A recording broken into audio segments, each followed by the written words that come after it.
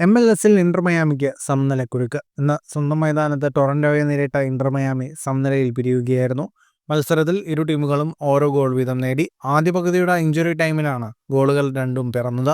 Injury ടൈമിന്റെ 2-ാം മിനിറ്റിൽ ഫെഡറിക്കോയുടെ ഗോളിൽ ടൊറന്റോ ലീഡെടുത്തു. എന്നാൽ ഇഞ്ചുറി ടൈമിന്റെ 5-ാം മിനിറ്റിൽ ഒരു കിടിലൻ ഇടങ്കാലൻ ഹാഫ് വോളിയിലൂടെ ലയണൽ മെസ്സി ഇന്റർ മയാമിയെ മത്സരത്തിലൊപ്പം എത്തിച്ചു. ഈ ഗോളോടെ ഇന്റർ മയാമിയുടെ ചരിത്രത്തിൽ എക്കാലത്തെയും മികച്ച ഗോൾ പങ്കാളിത്തമുള്ള താരമായി മെസ്സി മാറി. ഇന്റർ മയാമിക്കായി Lionel Messi, Luis Suarez, Sergio Busquets, Jordi Alba എന്നിവർ ആദ്യ 11-ൽ അണിനിരന്നു. മത്സരത്തിന്റെ കണക്കുകളിലേക്ക് വന്നാൽ 67% ബോൾ പൊസിഷൻ ഇന്റർ മയാമിക്കായിരുന്നു. 23 ഷോട്ടുകളാണ് ഇന്റർ മയാമി ആകെ തൊടുത്തത്. 9 ഷോട്ട് ഓൺ ടാർഗറ്റ്. 634 പാസുകൾ 90% കൃത്യതയോടെ ഇന്റർ മയാമി പൂർത്തിയാക്കി. 12 ഷോട്ടുകളാണ് ടൊറന്റോ തൊടുത്തത്. 3 shot on target. നിലവിൽ MLS ഈസ്റ്റേൺ കോൺഫറൻസിൽ ഇന്റർ മയാമി 2-ാം സ്ഥാനത്താണ്.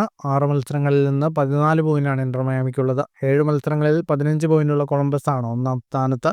ഫുട്ബോൾ ലോകത്തെ കൂടുതൽ വാർത്തകൾക്കും വിശേഷങ്ങൾക്കുമായി സ്പോർട്സ് കഫേ സബ്സ്ക്രൈബ് ചെയ്യുക.